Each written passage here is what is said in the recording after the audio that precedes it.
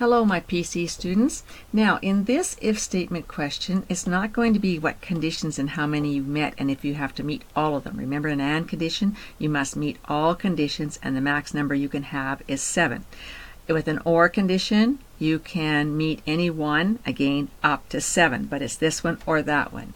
Now, this situation here is when we talk about nesting an if statement, it's because there's more than 2 conditions that are possible. So, we're going to try this one. So I want you to go to File, I want you to go to Open, and go to Browse, and I want you to go to your Classes drive, go to PC, Teaching Documents, and go to your if statements and open up the one called XX Conditions 3. Alright, and the first thing we're going to do is save it. So go File, Save As, and you're going to go to Browse, you're going to go to your name, Print Com, Excel, and we're going to go to your folder called If Statements, click in the file name box, press Home, type in your name, and type in the current date for you. Alright, and save it. Okay, and now we want to go to View, and we want to go to Zoom, and Custom 150%. Alright, here we have a mark, okay? And what we want to say here is that if your mark is over 80, I want to make a comment, great. If your mark is over 65, I want to make a comment, okay. And anything else, you need work. Okay, all right, so let's try that one. Let's go equals if. Open your parentheses. All right, so I want to say if the mark is more than, and did I say equal? No, yeah, 80 or over. So that means more than or equal to 80. So it has to be 80 or over, more than or equal to 80. Now, if it's true, and I'm going to put my true value here right now, I want to say great. So I want to go quote and GREAT, quote, exclamation mark, and quote. There's my true value.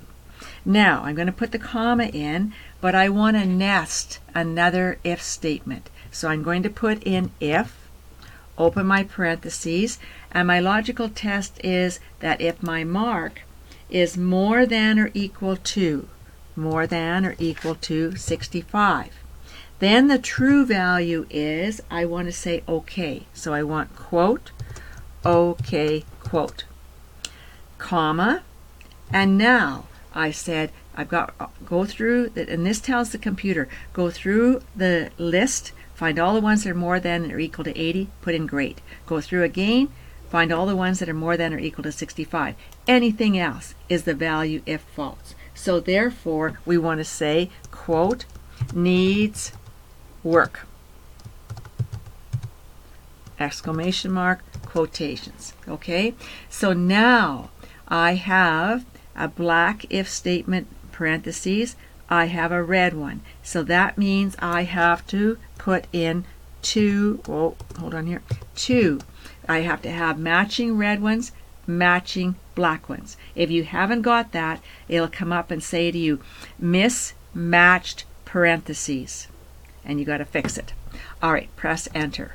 So this person needs work, in which you would know 55 is not a good mark. All right, so grab your fill handle and drag down. All right, 82, great.